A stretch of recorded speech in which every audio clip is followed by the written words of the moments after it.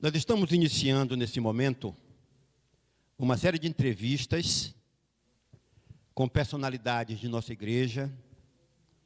E essa série de entrevistas tem como objetivo trazer não somente conteúdo para as nossas plataformas digitais, como também para posicionar a nossa igreja com relação ao pensamento, às experiências, às expectativas das pessoas que estão sendo entrevistadas. E iniciando essa série de conteúdos, nós temos o privilégio de ter o pastor José Wilson com a gente. E essa primeira entrevista, portanto, que inicia esse conteúdo para as nossas plataformas, ela será produzida, então, justamente com o pastor José Wilson, que nos dá a honra de sua presença aqui em nossos estúdios na Igreja Central de Dias Dávila, nesse momento. Bom, pastor José Wilson, eu tenho algumas perguntas para o senhor. E a primeira pergunta é: muitas pessoas, até membros da igreja, desconhecem alguns conceitos de nossa igreja. Eu quero que o senhor explique, então, o que significa AB, Associação Bahia, e o que isso compreende. Ok. Que bom participar desse quadro especial. Quero parabenizar a liderança da igreja aqui de Dias Dávila por essa iniciativa e também por já estar aí nas mídias sociais, né? Isso é muito bom. Bem, a Associação Bahia, que a gente abrevia aí com a sigla AB, é uma das centenas de associações da Igreja Adventista no mundo, né? Uma associação de igrejas compreende, então, toda uma região. A exemplo aqui, a Associação Bahia compreende a região de Salvador e região metropolitana. E compreende 452 igrejas. E a gente conta aí com o apoio de 72 pastores que nos ajudam a coordenar tudo isso, né? Tanto cuidando dos distritos pastorais, como também dos ministérios para movimentar a igreja. Okay. Enfim, é a igreja agrupada para formar uma associação, a fim de que a gente avance aí cumprindo a missão. Ok. O senhor poderia informar para a nossa comunidade de crentes aqui de Dias Dávila? Porque, às vezes, pastor, nós estamos tão acostumados com a nossa igreja, que a gente congrega, que a gente perde a noção da grandiosidade do que é a nossa igreja como instituição, não só na cidade, no estado, no país, no mundo inteiro. Mas em nossa comunidade da AB, eu diria assim, nós somos quantos, além dos 100 e poucos aqui de nossa igreja? Ok. Atualmente, a Associação Bahia, ela consta, no livro de secretaria, pouco mais de 44 mil membros, distribuídos em 452 igrejas, né? Cada pastor cuida uma média aí de 8 igrejas. Então, tem pastores que cuidam de menos igrejas, outros com mais igrejas, mas a média é 8 igrejas por pastor. E existe toda uma estrutura, né, para que a igreja lá na ponta, cada irmão seja assistido, ele seja nutrido espiritualmente e também ele seja devidamente exortado a cumprir a missão que Deus nos confia. Então, você falou aí do que significa isso.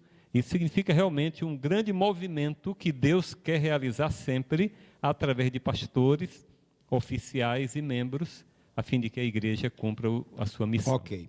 Lembrando que não estamos falando de estado de Bahia nem de Brasil. Estamos falando no contexto da Grande Salvador e região metropolitana, correto? De fato, é isso mesmo. Um pouco mais de 44 mil membros. Agora, pastor, uma pergunta assim de cunho pessoal. Eu queria que o senhor explicasse para a nossa comunidade de crentes aqui em Dias Dávila, quem é José Wilson? Como disse Davi, eu sou nascido de mulher.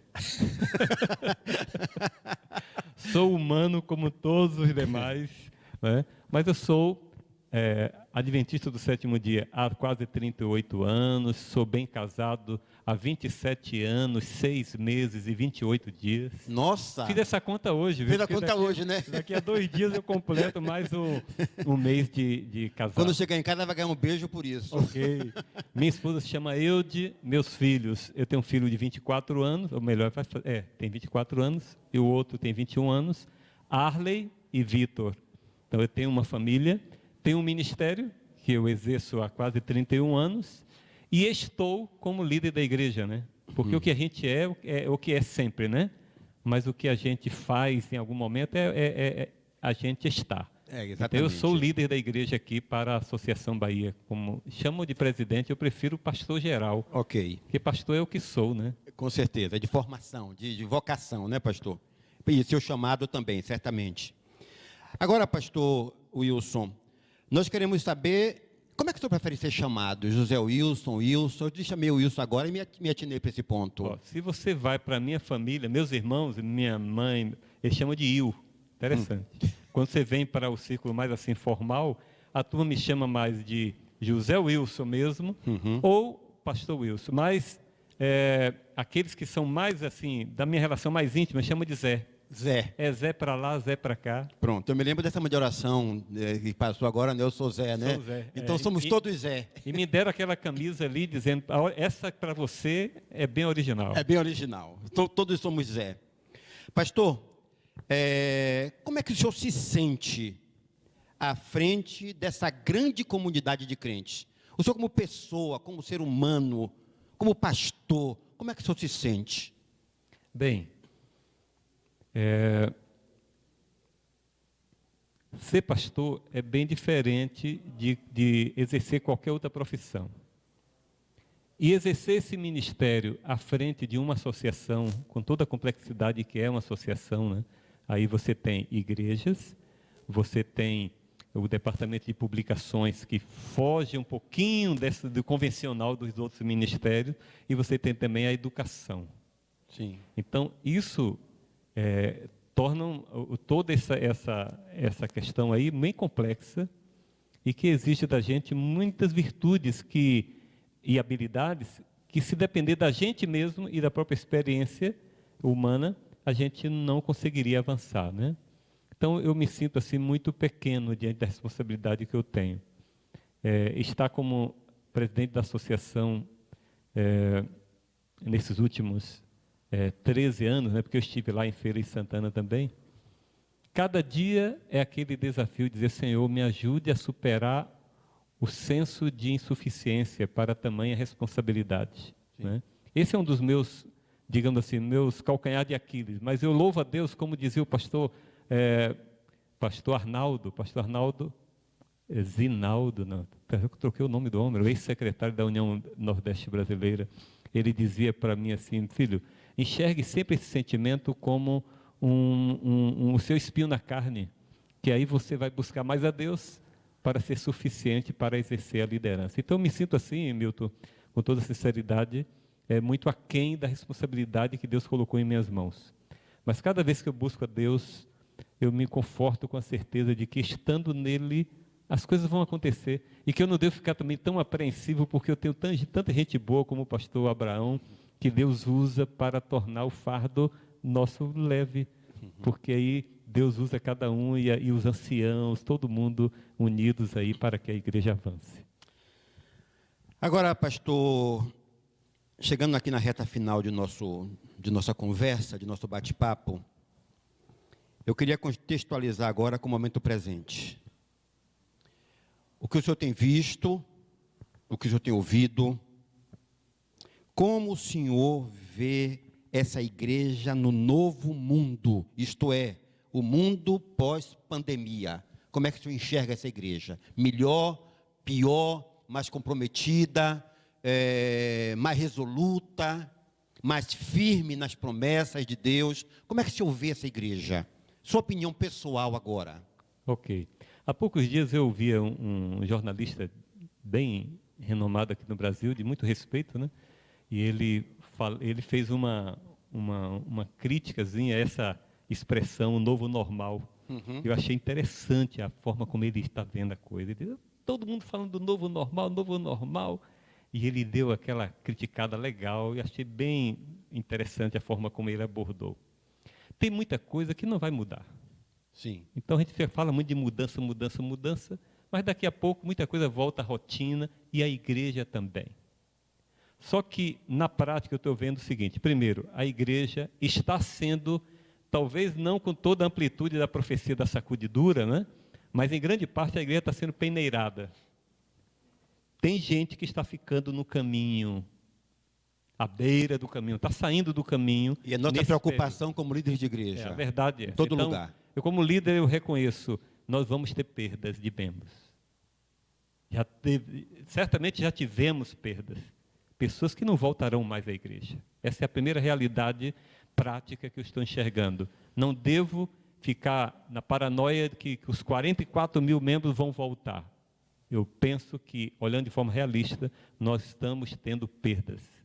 No entanto, a igreja vai sair mais forte. Por quê? Porque quem é que está ficando no caminho, ficando para trás? É quem estava, na verdade, por um fio na igreja. A comunhão que ele tinha praticamente era via igreja. Não tinha vida devocional, nem a vida de comunhão com a família. Vivia aquele cristianismo por um fio. E provavelmente vários desses ficaram pelo caminho. Talvez muitos desses que foram bem auxiliados, ou por um irmão, por alguém da família, que chegaram junto, esses estão ainda e vão voltar. Mas muitos deles, infelizmente, vão ficar fora. Mas a igreja vai sair mais forte, porque nós vamos ter uma igreja mais consciente, que não dá mais para brincar de adventismo.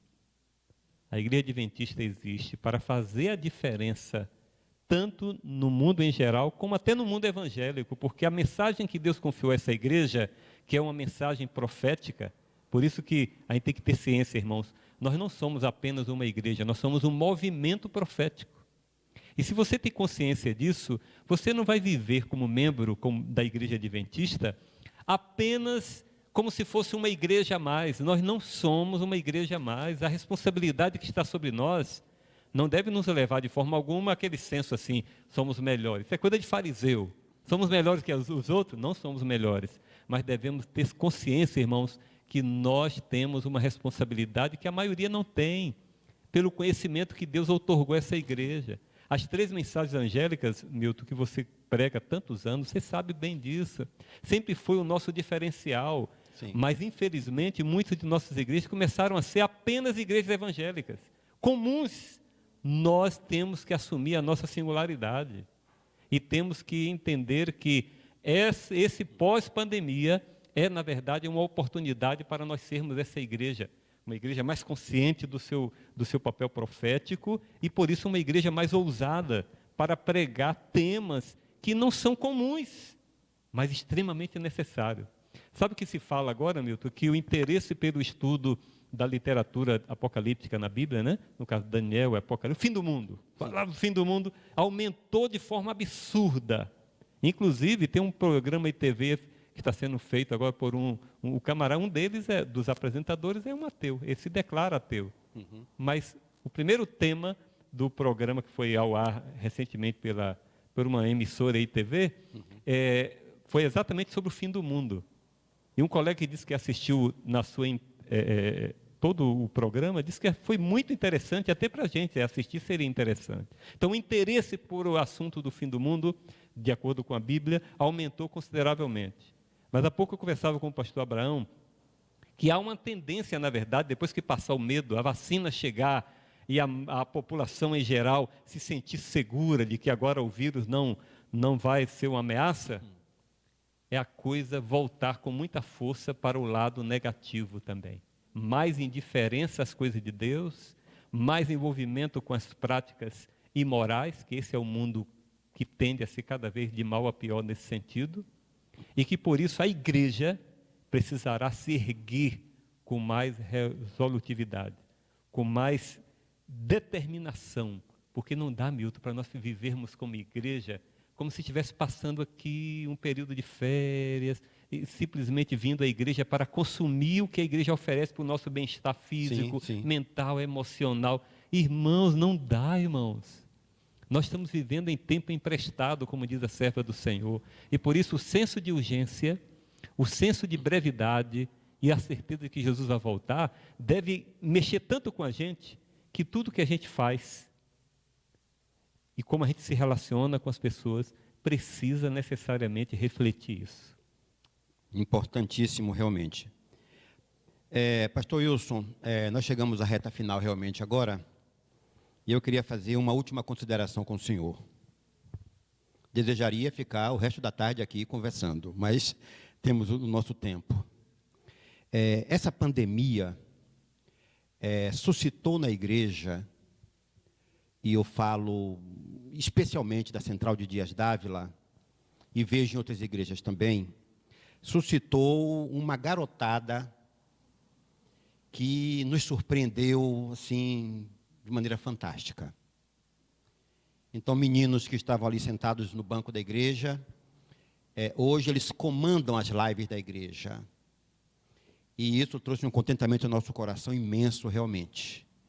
É como se tivessem encontrado o seu ministério dentro da igreja. E eu louvo a Deus por isso. Agora, pastor, estamos transmitindo lives desde o início. Essas lives têm alcançado, em média, 5 igrejas. Isto é, temos uma igreja presencial, normal, em torno de 100, 110 pessoas, e temos lives alcançando quase 600 pessoas. Então, 5 igrejas na prática. 2 questões, então, para a gente concluir, pastor. O senhor percebe que essa nova tendência veio para ficar? Primeira questão.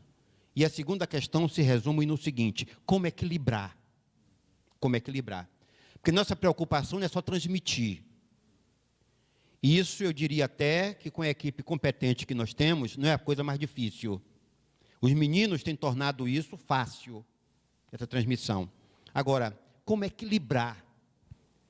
Porque a gente pode criar aquele falso conceito de que está em casa, eu estou cumprindo com minha comunhão. E a gente sabe, por prática, que comunhão não se resume nisso. Então, como é que o senhor vê? Isso veio para ficar, essa tendência? E segundo, como equilibrar isso de forma que a igreja continue se reunindo presencialmente, que isso vai passar, a igreja continue transmitindo, alcançando pessoas e fazendo tudo ao mesmo tempo. Como a gente pode equilibrar isso, pastor? Okay. Eu vejo na tua pergunta 2 públicos, né? Sim. Um é o público dos técnicos aqui, dessa turma que está fazendo acontecer essa transmissão, né? E eu quero parabenizá-los. Como é o nome do líder?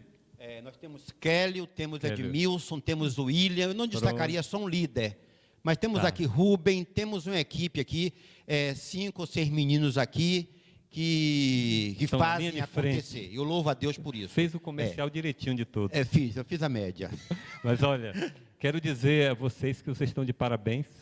Vocês estão cumprindo o princípio bíblico dos dons espirituais, que lá há 2000 anos, quando Paulo descreveu as listas dos dons espirituais, ele estava falando da linguagem daquele tempo. Isso. Hoje, as mídias sociais, a tecnologia moderna, diz que novos talentos são necessários de acordo com o contexto que a gente está vivendo. Então, parabéns por estar exercendo o ministério de vocês assim. Agora, não fiquem presos só a isso, porque tem gente que se esconde por trás de um piano, ou por trás de uma câmera dessa, de um computador, e diz assim, já estou fazendo minha parte. Aí, quando vai para o seu trabalho, quando vai para a escola, quando vai para os seus negócios, não faz mais nada. Lembre-se, a nossa vida na relação com Deus, ela diz que devemos, como disse Jesus, do seu interior fluirão rios de água da vida. Então, viver uma vida de testemunho em todo o tempo. Tá? Agora, falando agora da igreja, essa tendência, ela veio para ficar, sim, porque ela é extremamente útil para alcançar as pessoas que não podem vir aqui. Não podem vir. Aí eu faço questão de enfatizar. Tanto os irmãos, imagine aquele irmão que tem deficiência física ou então alguma limitação física que ele não pode estar aqui. Então, ele não pode estar aqui. Então, ele, estando em casa, esse recurso é o que ele tem de melhor. Ou mora no distrito distante, no local. Então, olhando para o público interno, eu diria, quem deve continuar usando esse recurso? Quem não pode vir para a igreja. No sermão, eu falei, como esse material aqui será exposto exclusivamente, né? Então eu vou dizer o que eu disse no sermão há pouco. Irmãos, a nossa vida de comunhão, ela tem a ver com 3 fases necessárias para serem experimentadas periodicamente. 2 delas é diariamente e uma 3 vezes por semana, pelo menos. Quais são elas? Devoção pessoal. Então, a sua vida com Deus, lendo sua Bibliazinha, sua lição da escola sabatina, sua meditação matinal, esse momento a sós com Deus é inegociável. É o primeiro e o mais importante. Segundo, sua devoção com a família. Não abra mão disso. Você e sua família. Se você é sozinho, adventista em casa, claro, Deus está vendo a sua situação do momento. Mas o segundo momento é família. O terceiro momento é a congregação. Nenhum substitui o outro. E o risco é alguns interpretarem que as mídias sociais, nesse caso a facilidade de ligar lá o computador, o smartphone, e você ter acesso a uma dessas plataformas, que já seria suficiente. Não é o suficiente. Você precisa vir para a igreja. Mas pastor, aqui tem muito mais qualidade, conforto, conveniência. Estar com os irmãos não é uma invenção humana. É um princípio estabelecido por Deus pela própria natureza nossa. Nós somos seres sociáveis e nós não podemos nos limitar a essa sociabilização só a nível de família. Temos que romper com não é romper o laço da família, mas romper com aquele limite, a redoma da família e nos relacionar com outros. Primeiro momento, com a igreja. Segundo momento, com o mundo. Aí eu falo do segundo público. Segundo público são os de fora. Nós recentemente convidamos o Dr. Rodrigo Silva, que é muito respeitado, né, como teólogo adventista, e ele falou para os líderes, não sei se alguns de vocês... Eu estava presente. E o Dr. Rodrigo, quando eu combinei com ele, falei, Rodrigo, eu quero exatamente que você vá ao ponto, do ponto de vista bíblico e teológico, por que as pessoas têm que vir para a igreja? Durante 1 hora e tanto ele falou sobre isso, deu um embasamento histórico, profético, bíblico, e isso fez com que os irmãos saíssem dali dessa live bem convencidos. E eu quero então repetir o que ele falou, não vou falar o conteúdo, mas a essência. A essência é, irmãos, essa transmissão, para quem está ouvindo o Evangelho, ela é a primazia. Porque eles não vêm à igreja, onde estiverem, no ônibus, em casa, em qualquer situação, ligou, acessou, está ali a mensagem chegando para ele. Então, o alcance é muito maior para evangelizar. Agora, para adorar, Dr. Rodrigo definiu muito bem. Adorar não se adora dentro desse princípio da adoração coletiva, não se adora só com alguns. Nós temos que adorar com a família de Deus onde nós congregamos. Por isso, Milton, isso aqui não pode ser uma tentação para o irmão achar que é a opção adorar sozinho ou mesmo em família. Isso é o cotidiano, o dia a dia. Mas nós temos que periodicamente vir adorar no templo, porque essa é uma necessidade humana de todo adorador.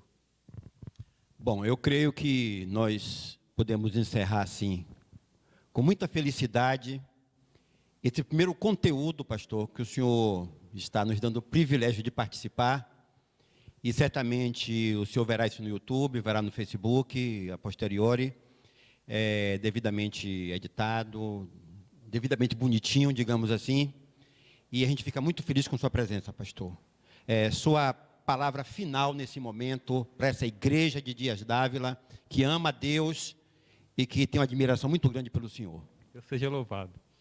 Irmãos, eu quero falar exatamente conforme o conteúdo principal dessa nossa fala aqui, né?